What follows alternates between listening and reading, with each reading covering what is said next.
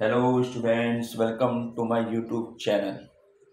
बच्चे, आज हम करेंगे चैप्टर 4 और इसका ये हमारा इंट्रोडक्शन पार्ट होगा।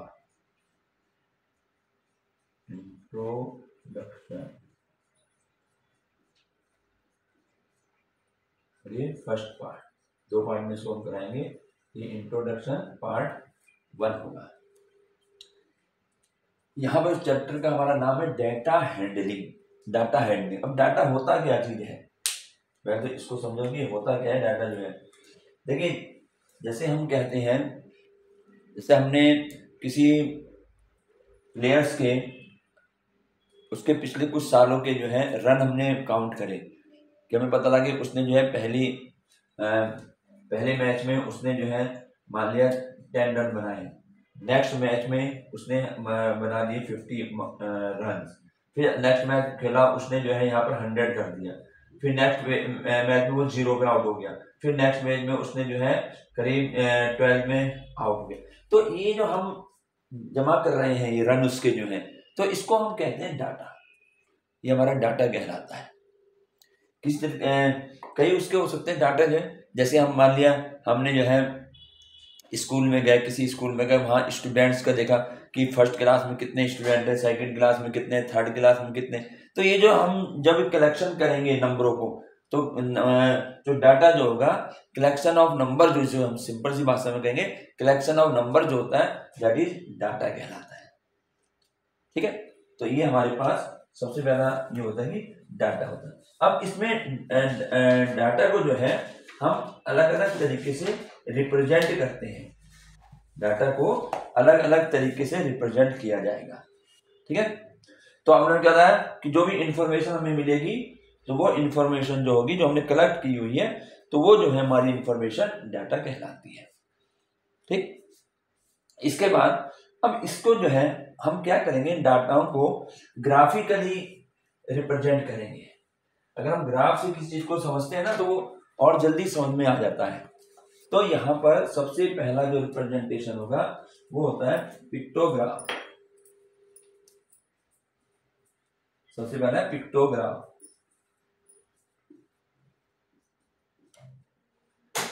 सबसे पहले पिक्टोग्राफ। अभी पिक्टोग्राफ होता क्या चीज है, देखिए पिक्टोग्राफ का मतलब ये होता है कि हम जो भी हम डाटा हम कलेक्ट कर रहे हैं, जो भी हमने डाटा कलेक्ट किया है, यदि हम उसको जो है फिगर में दिखाएं, फिगर बना करके, तो वो और जल्दी समझ में आता है।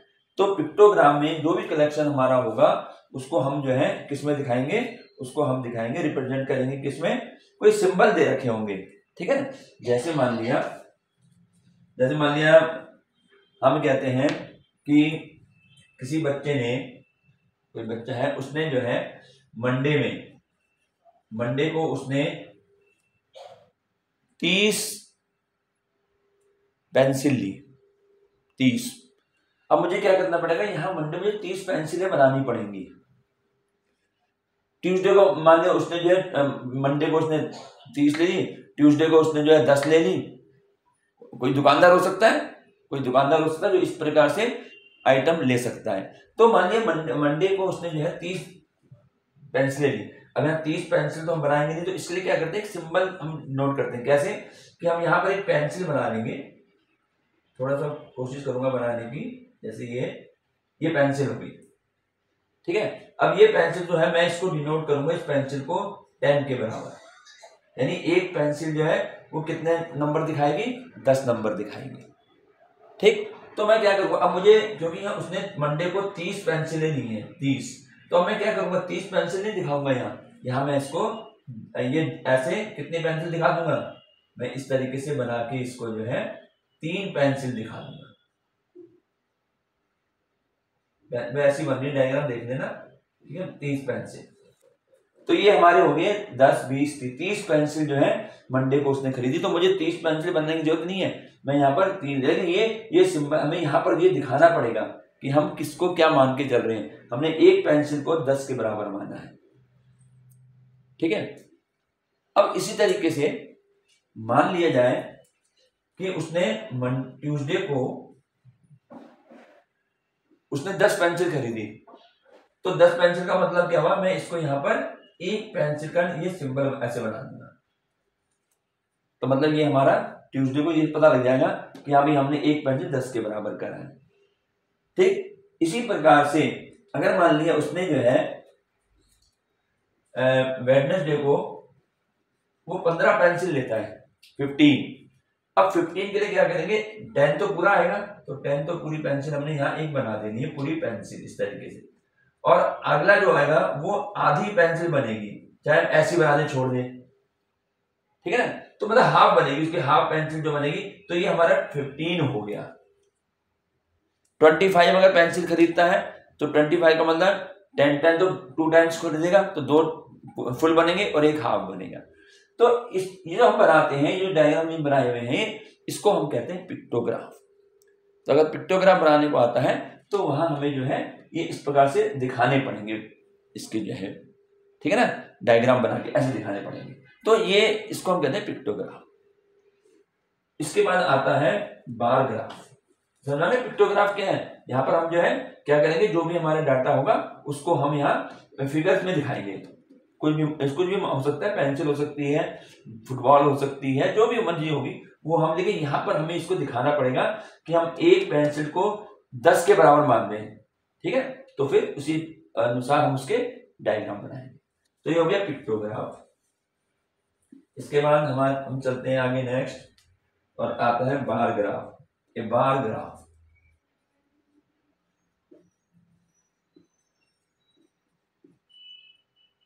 बार ग्राफ, अब बार ग्राफ का बार का मतलब होता है डंडे से, ठीक है, तो हम इसको यहां पर हम इसको जो डंडे के रूप में दिखाएंगे ग्राफ को, कैसे होगा, अब देखें इसमें हम क्या करेंगे, जैसे मान लिया हमने एक ये बना दिया ग्राफ का टूल। अब बच्चे यहां पर जो है हमने क्या किया, इधर तो मैंने ले लिए number of students in 8th class, हम ये लेके चलेंगे number of students in 8th class. पहले 8th क्लास में कितने स्टूडेंट थे, ठीक है ना, जैसे यहाँ तो इसमें तो हम क्या लेंगे, इसको तो हमने ले लिए, ग्राफ ऐसे बनाया जाता है ना, यहाँ पर तो मैंने ले लिए नंबर, यहाँ दूर लिख रहा हूं, number of students in class 8, ठीक है, और इधर मैं ले लेता हूं ईयर। एक अब रफली बता रहे हैं कि बार ग्राफ बनता कैसे है। अब बच्चे नंबर ऑफ स्टूडेंट्स यहां पर जो है, जैसे हमने ये ले लिया, हमने यहाँ अंदाजे 50 हो गया, फिर 100, 150, 200, 250, ठीक है ना, इस तरीके से ऐसे बनते चलेंगे। अब यहां पर मैं क्या करूंगा, मान लिया हमने एक ईयर लिया 2004 और 5, 2004 और 5, और 2004-5 में मान लिया स्टूडेंट उस स्कूल में स्टूडेंट थे 100, तो मैं क्या करूंगा, यहां से बार ऐसे बनाऊंगा लाइन, और ये ऐसे आ जाएगा, ये आ गया 100 के साथ में, ठीक है ना, ये बन गया बार। और ये किस ईयर का है, 2004, यहां लिख देंगे इसके 2004 और 5 का, ये यानी इस 2004 और 5 में नंबर ऑफ स्टूडेंट जो थे क्लास 8 में वो 100 बच्चे थे पूरे स्कूल में, 8th क्लास के बच्चे। फिर उसके बाद आएगा नेक्स्ट ईयर आएगा 5 और 6, 5 और 6। अब 5 और 6 में क्या हुआ, अब मान लिया बच्चे वहां बढ़ गए, 150 हो गए, 150 हो गए, तो हम ग्राफ को यहाँ पे, अब हमने यहाँ पे गैप देना है, और गैप देखिए ये 150 है ना, इसके साथ इस तरीके से लाएंगे, ये सेम होना चाहिए, ठीक है, इनके बीच में गैप आएगा साथ में, लेकिन ये गैप आएगा यहाँ पर। तो ये हमारा कौन सा ईयर हो गया, 5 और 6 हो गया। मैं यहाँ लिख देता हूँ 2000, मैं 5-6 लिख देता हूँ एग्जाम्पल समझाने के लिए है तुम्हें, ठीक है। 5 और 6 में जो है स्टूडेंट्स हो गए 150।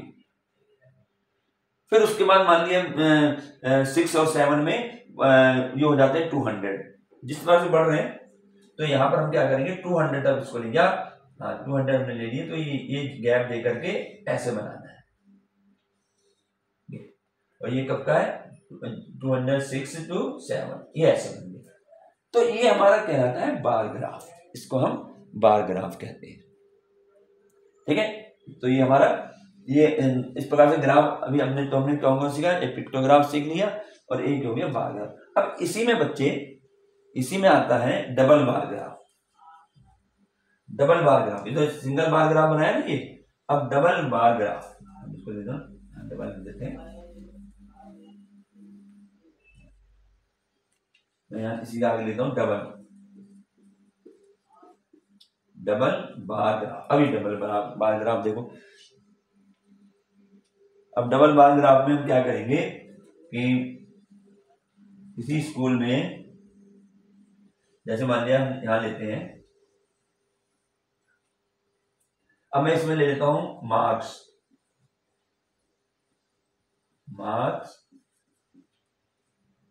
ऑब्टेन्ड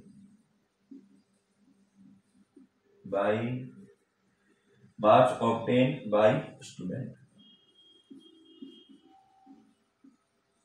ये लिख दिया हमने। यहां पे मैं मार्क्स लिख रहा हूं, जो बच्चे ने, कोई बच्चे के हमने बनाया, ठीक है, उसके लिए हमने डबल बार ग्राफ बनाना है। तो क्या है, यहाँ पर मार्क्स हमने ले लिए और यहाँ पर जो है हम क्या करेंगे, ईयर लेंगे, जैसे हमने पहले भी लिया था। नहीं, यहाँ सब्जेक्ट ले लेते हैं इस बार, ईयर नहीं सब्जेक्ट, ऐसे। अब देखो कैसे करना है, यहाँ पर हमारे पास मार्क्स आएंगे, तो मार्क्स तो हम जो है इसको इस प्रकार से लिख सकते हैं 10, 20, ये डिस्टेंस सेम होना चाहिए है ना, यहाँ पे जो जीरो है 0, 10, 20, 30, 40, 50, 60, इस तरह से मार्क्स इसमें लिख दिए और यहाँ पर हमें सब्जेक्ट लिखे। तो पहले हम लिखते हैं, मान लिया मैथ्स, पहले मैथ्स लिखते हैं, इसको नीचे लिखते हैं और आगे यहाँ सब्जेक्ट है, ये सब्जेक्ट, ये इस लाइन के लिए है सब्जेक्ट, ठीक है, इसमें सब्जेक्ट लिखे गए और यहाँ पर मार्क्स हमने लिख दिए। अब हम क्या करते हैं, हमारे बच्चे ने, एक बच्चे है उसके हमने मैथ्स के नंबर देखे, तो उसके मैथ्स में जो थे वो मैथ्स में मार्क्स उसके भाई 20 आए, है तो ये बार ग्राफ ही, तो बनेगा ये। हमने ये देखा कि बच्चे के जो है, जैसे हमने किया कि फर्स्ट टर्म मान लिया, हमने फर्स्ट टर्म में देखा बच्चे के मैथ में 20 मार्क्स आए, ठीक है। अब क्या करेंगे, अब हमने उसका देखा फाइनल में, डबल बनाना है ना, तो डबल अलग अलग उसके होंगे, तो हमने ये तो हमारा कब है, जब हमारा फर्स्ट टर्म हो गया, यानी हाफ ईयरली समझ लो कि हाफ ईयरली में उसके मार्क्स थे 20। अब उसने और मेहनत करी और फाइनल में उसके मार्क्स आ गए मान लिया 40, तो क्या होगा, हम यहीं से इसको आगे बढ़ाएंगे, ऐसे इसी को आगे बढ़ा देना है, गैप नहीं देना है, और ये 40 है ना, और यहां से ऐसे आ जाएगा, समझ में आ रहा ना, इस तरीके से। और यहां पर एक चीज हमें दिखानी पड़ेगी, यहां भी हमें सिंबल दिखाना पड़ेगा। तो ये वाला तो सिंबल जो है, ये वाला जो सिंपल सा है ये, ठीक है ना, ये हमारा क्या है, हाफ ईयरली,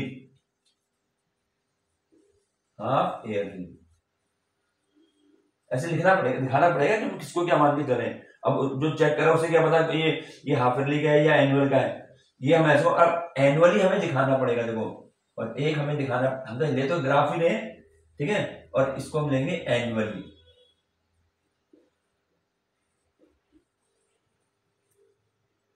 अब कैसे करा जाएगा, अब देखो बच्चे, अब दोनों में कोई तो हमें डिफरेंस करना पड़ेगा ना, कौन सा हाफ ईयरली है कौन सा एनुअली है। तो हम क्या करेंगे, हाफ ईयरली को हम सिंपल ऐसे रखेंगे और एनुअली वाले को ऐसे, इस प्रकार से ऐसे ऐसे बना देंगे। तो अब क्या होगा, मैं जो एनुअली मैंने ये लिया है, अब मैं इसको यहां पर भी मैं इसको ऐसे ही दिखाऊंगा, ऐसे ये चीज, इसका मतलब है ये उसका, हम यहाँ अब हमें हमने दो बना दिए, अब दोनों डिफरेंट है डिफरेंट दोनों, तो हम क्या करें, हमने यहाँ लिख दिया है, जो सिंपल है तो हाफ ईयरली के लिए है मार्क्स, और जो ऐसे बना हुआ डॉट डॉट करके वो एनुअली के लिए है, ठीक है। तो ये हमारे पास आ जाता है यहाँ। अब इसके बाद सब्जेक्ट आता है इंग्लिश, तो यहाँ पे हम गैप तो देंगे। अब मान लिया हाफ ईयरली में उस बच्चे के 30 मार्क्स थे, किसी बच्चे के, उसी बच्चे के हम कर रहे हैं कि बच्चे काउंट कर रहे हैं, 30 मार्क्स थे, ठीक है, हाफ ईयरली में, लेकिन फाइनल में आते जो उसके मार्क्स रह गए 20, तो 20 है, वहीं से लगाना है इसको, अब क्या होगा, अब हाफ एनुअल को तो मुझे दिखाना पड़ेगा ये, तो ये एनुअल हो गया। तो इस तरीके से जो सब्जेक्ट है उस सब्जेक्ट की कहीं बढ़ रहा है तो वहीं से आगे बढ़ाना है, घट रहा है तो वहीं से नीचे घटाना है, बीच में इनके बीच में गैप नहीं होगा, लेकिन इसके और सब्जेक्टों के बीच में गैप होगा। अगला मान लिया मैंने हिंदी में दिया, हिंदी तो क्या होगा, मैंने हिंदी में उसके जो है पहले 40 मार्क्स थे, ये आगे 40 मार्क्स गैप दे करके 40 मार्क्स आ गए। ठीक है, अब एनुअल में उसने और मेहनत करी, उसके 60 मार्क्स आ गए, तो यहीं से मैं इसको आगे बढ़ा दूंगा 60 तक, यहीं से 960 है ना, यहां से और यहां से इस तरीके से, और इसको ये हमारा एनुअल का है ये। तो मुझे इस तरीके से हमारा डबल बार ग्राफ आता है।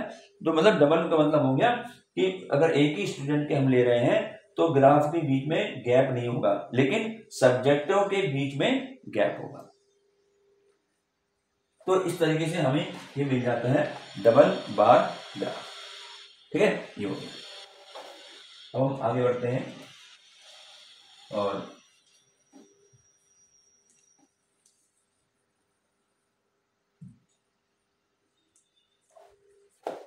इसके बाद हमारा आता है पाई चार्ट।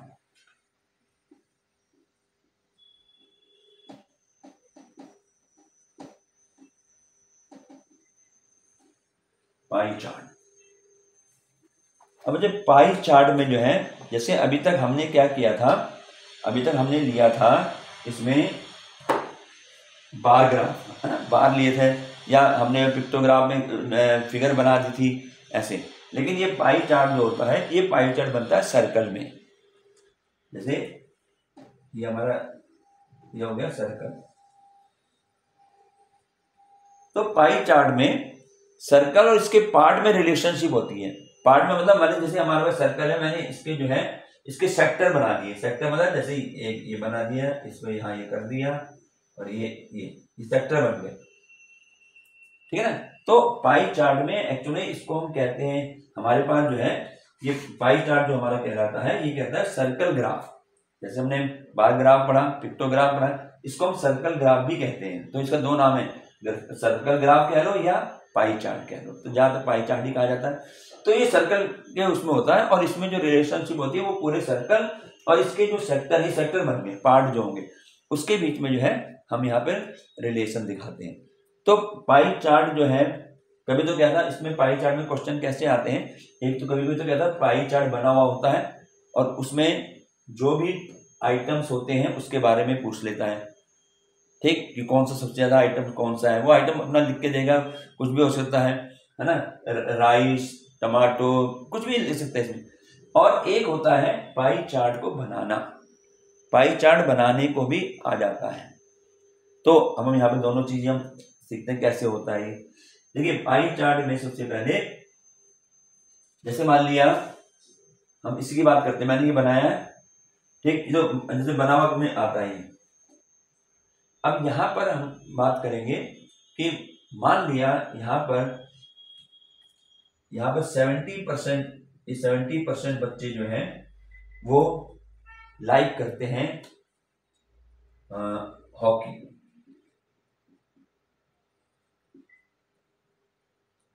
और 20% बच्चे जो हैं ये फुटबॉल पसंद करते हैं। ठीक है, और जो रिमेनिंग पार्ट रह गया 10%, वो यहां लिखा है 10%, वो गोल्फ पसंद करते हैं। तो इस तरीके से अब मान लिया एग्जाम में ऐसा बना हुआ आ गया, बन गया। दो टाइप के क्वेश्चन होते हैं, एक तो इसको बनाना कैसे है वही बताएंगे, और एक माने ऐसा क्वेश्चन आ गया ये जो है। तो इसमें 70, अब वहां से पूछा जाए कि भाई सबसे ज्यादा कौन सा खेल खेला जाता है, तो उनका वही हॉकी, क्योंकि 70% है ना। सबसे कम कौन सा खेला, गोल्फ खेला जाता है 10%। तो इसमें क्वेश्चन को देख करके ही बता दिया जाता है कि भाई इतना इतना पार्ट इसके आ रहा है। तो ये हमारे पास इस तरीके से ये हमने एक पाई चार्ट बना दिया। ठीक है,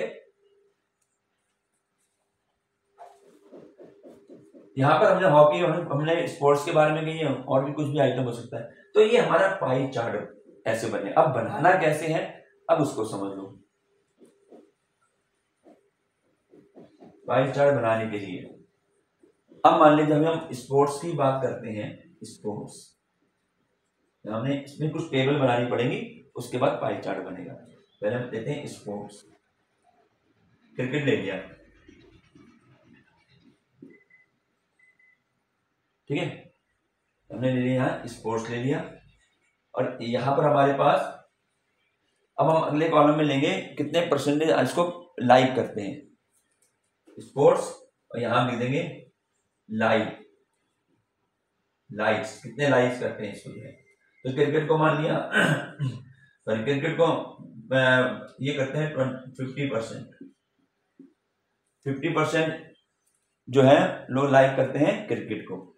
और इसी प्रकार से जैसे हमारा फुटबॉल है, फुटबॉल को जैसे हमारे पास आ गया 25%, ठीक है। और इस एक और ले लेते हैं, क्रिकेट हो गया, फुटबॉल हो गया, और हम यहाँ लेते हैं वही हमने जो लिखा गोल्फ ले लेते हैं, गोल्फ को भी 25% पसंद कर ले, मैं गोल्फ ले रहा हूँ एक्स्ट्रा अलग से। ये हमारे पास आगे स्पोर्ट्स आ गए, यहाँ जो लाइक कर रहे हैं वो हमने ले दिया, अगला कॉलम जो होता है, ठीक है। और इसके बाद यहाँ हम लेंगे फ्रैक्शन, ये फ्रैक्शन लिया जाएगा, कैसे लिया जाएगा, 50% है तो 50 जो फ्रैक्शन में बनाऊंगा तो 50/100 होगा, यानी कितना हो गया 1/2 हो गया, ये हो गया 1/2, ठीक है। ये 25% है तो 25/100 तो कितना हो जाएगा 1/4 हो जाएगा, इसे कैंसिल करेंगे 24 से। ये 25% है तो 25/100, ठीक है, तो ये कितना हो जाएगा 1/4। ये हमारे फ्रैक्शन आ गए। ये बता रहा हूं पाई चार्ट को कैसे बनाना है, ठीक है, जब हम क्वेश्चन करेंगे उसमें अलग अलग तरीके से वो रहेगा। अच्छा, इसके बाद जो मेन है वो आता है सेंट्रल एंगल, सेंट्रल एंगल ये है जिससे जो कि हमारा पाई चार्ट बनाएगा, ठीक है। अब इसमें है सेंट्रल एंगल, तो अब सेंट्रल एंगल को हम देखो कैसे इसको हम बनाएंगे। सेंट्रल एंगल कैसे बनेगा, ये वन फ्रैक्शन जो आया हमारा 1/2 इसको मल्टीप्लाई करेंगे 360 डिग्री से। क्यों करा भाई 360 डिग्री से, 360 डिग्री से इसलिए इसको मल्टीप्लाई किया गया क्योंकि जो सर्कल जो होता है, सर्कल पूरा कितने डिग्री का होता है 360 डिग्री का होता है। हमने उसी सर्कल को जो हमें पार्ट बनाने, ये जो है ये तीनों जो स्पोर्ट्स हैं वो सर्कल के ही पार्ट बनेंगे, तो इसलिए हमने उसको 360 डिग्री, जब भी तुम्हें सेंट्रल एंगल निकालना है तो हम क्या करेंगे जो फ्रैक्शन है उसको इंटू 360 डिग्री कर दिया जाएगा।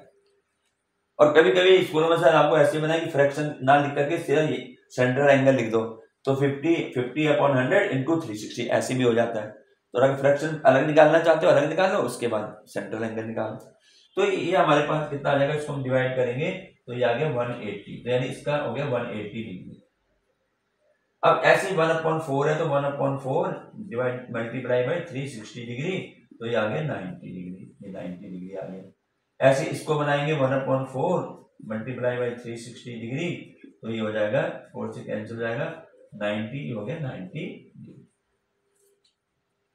ठीक है। ये हमारे पास इस तरीके से ये डिग्री सेंट्रल एंगल आ गया। अब इस सेंट्रल एंगल को हमें जो है सर्कल बनाना है, ठीक है ना, यानी हमें पाई चार्ट बनाना है।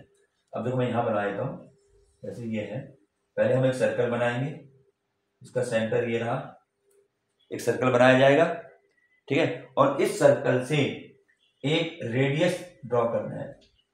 जानते हो रेडियस क्या होता है, distance between circle and centre of the circle. तो ये हमने एक रेडियस हमने खींच देना है, कहीं भी कर दो, जरूरी ऐसे करना है, यहां खींच दो, यहां कहीं भी खींच दो इसको जो है। अब इसके बाद बच्चे अब ये एंगलों को देखो, 180 डिग्री प्रोटेक्टर होता है ना, प्रोटेक्टर हिंदी में चांदा भी कहते हैं, चांद, तो उससे हमें एंगल बनाने हैं, कंपास से नहीं बनाने, प्रोटेक्टर से बनाने। तो क्या करेंगे हम, यहां पर प्रोटेक्टर रखा और 180 डिग्री, 180 डिग्री तो हमें पता ही ऐसे आएगा सीधा, ठीक है, ये आ गया 180 डिग्री। अब 180 डिग्री में कौन सा स्पोर्ट्स था, क्रिकेट, तो यहां हम लिख देंगे पूरा 180 डिग्री हो गया, तो यहां हमने लिख दिया क्रिकेट। अब इसके बाद 90 डिग्री है, अब हमने प्रोटेक्टर को यहाँ रखा और 90 डिग्री बना दिया, 90 डिग्री ऐसे बन जाएगा, ये 90 डिग्री हो गया। तो ये क्या था हमारा फुटबॉल, तो ये फुटबॉल आ गया। अब जो रह गया वो अपने आप ही तीसरा एंगल होगा ही होगा, तो ये 90, ये भी 90 होगा ही होगा, ठीक है ना। अगर जैसे 5 एंगल दे दिए, 4 तुमने बना दिए, तो 5वां एंगल अपने आप ही वही बनेगा जो रह गया। तो ये भी हमारा क्या था 90 डिग्री, क्या था गोल्फ था, ये गोल्फ आ गया। तो ये हमारा बन जाता है पाई चार्ट।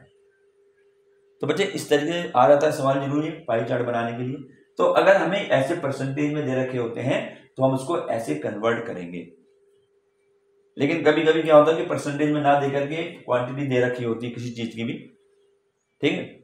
तो अब जैसे मान लिया परसेंटेज नहीं दे रखा होता, ये नंबर दिए होते हैं, तो हम क्या करते हैं इन सबका कर देते, ठीक। तो अब यहां पर फ्रैक्शन कैसे आता, अब यहाँ फ्रैक्शन आता 50/100। ये तो वैसे भी परसेंटेज में 100 में करा ही था, लेकिन अगर यहाँ पे जो टोटल होगा ना वो लिया जाएगा, फिर समझा ना, टोटल लेकर के। जैसे एक एग्जांपल भाई बुक में दिया हुआ, मैं इसी को समझाने के लिए बता देता हूँ कि जैसे इसमें यहाँ तो परसेंटेज तो समझ में आ गया कैसे करना है। अब मान लिया एक एग्जाम्पल लेते हैं, क्योंकि जरूरी परसेंटेज में दिया हो, ये जरूरी नहीं है कि परसेंटेज में दिया हो। जैसे एक यहाँ क्वेश्चन बुक में दे रखा है, जैसे है इसमें लिखा हुआ है ऑर्डिनरी ब्रेड, ऑर्डिनरी ब्रेड, और एक दे रखा है फ्रूट ब्रेड, फ्रूट ब्रेड, और दे रखा है केक्स, केक्स, और दे रखा है बिस्किट्स और अदर्स, जैसे ये दे रखा है, ठीक है। इसके आगे दे रखा है 320, और मतलब ये सेलिंग हुई है 320 रुपीज की सेलिंग है, मैं एग्जाम्पल बता रहा हूँ। 320 रुपीज की सेलिंग है, ये 80 की है, ये 160 की है, ये 120 की है, ये 40 की है। तो यहाँ देखो टोटल दे दिए थे 720। अब जैसे ये है, अब यहाँ पर हम जब फ्रैक्शन बनाएंगे, सेंट्रल एंगल के लिए फ्रैक्शन चाहिए ना, अब फ्रैक्शन कैसे बनेगा 320/720 ऐसे, ये फ्रैक्शन बनेगा।